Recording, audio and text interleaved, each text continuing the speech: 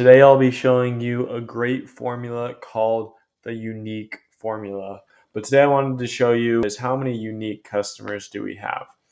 One way that we can do that is go ahead and count ourselves. That definitely takes a lot of time. Something else we could do is you could filter, and then you could say, okay, so now I can count all these unique customers. Or what we could do, and this is a relatively small list, so you definitely don't want to manually count. And so to set that up, I'm going to do a few things. Just format this real quick. Give me a second. What many people do is they want to see the number of duplicate values, or just the opposite of that is unique values in a data set.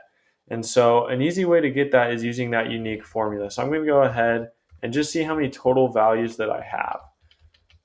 So I'll go to the customer. I can do specifically, I want to look at how many unique customers I have. So I'm going to go ahead and look at that customer and see how many customers we have. So we have 22 customers, but if we look closely, a lot of these customers are duplicate. We see Matt there, Matt there, Matt there. So we don't want to count Matt 4 times. So what we can do is we can do this unique formula.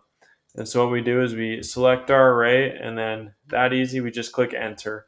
And so now we can see all the unique names within our customer sheet. But for this purpose, I don't want this array to go over. So what I'm going to do is I'm going to do a count anything in front of that.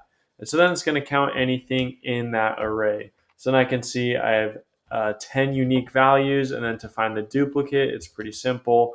All we need to do is that. So I can see I have 12 duplicate values, and this number right here, 10 unique customers, is really important to me. And a quick way that we can fact check that is we can go to data, and then we can go to remove duplicates.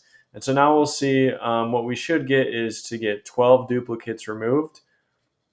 And so we're going to look at the customer, just select the customer. So we're going to remove any duplicate customers, and it says 12 duplicates values found. Let's see. Perfect. 12, 12, and 10 unique values remain. Excellent. So this is kind of our fact check where we can see, okay, this is correct. But the reason I don't like to do that method of removing the duplicates is because I can't see, I lose a lot of that information. So using this unique formula with the count anything really helps us understand how many customers that we have, and then it helps someone else come in and see our total business activity, and then they can also see how many unique customers we have, and then we can go in and dig a little deeper and say, hey, who's coming back the most, who's doing these kind of things.